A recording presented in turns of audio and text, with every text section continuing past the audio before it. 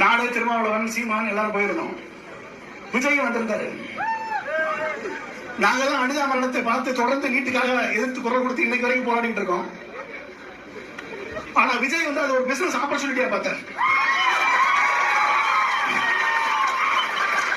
அனிதா மரணத்துல இவ்வளவு பெரிய business opportunity இருக்கான்னு சொல்லி அரியலூர்லயோ பெரம்பலூர்லயோ நினைக்கிறேன் அவருடைய தேர்தல் அஃபிடவிட்டை போய் படிச்சு பாருங்க.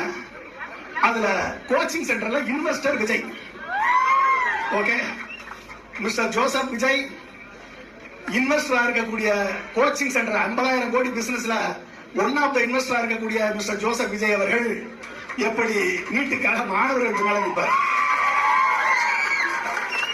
இந்த அடிப்படை தெரியாம ஜென்சி கிட்ட எல்லாரும் எங்களுக்கு புது ஆள் வேணும்னு சொல்லி மொத்தமா போட்டு விட்டீங்க.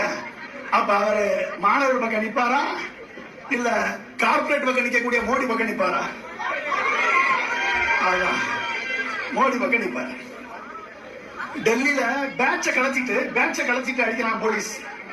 தமிழ்நாட்டிலையும் பேட்சை கலத்திட்டு உங்க மாணவர்கள், இந்த மாணவர்களை போராட மாணவர்களை அடிக்கிறான் போலீஸ்.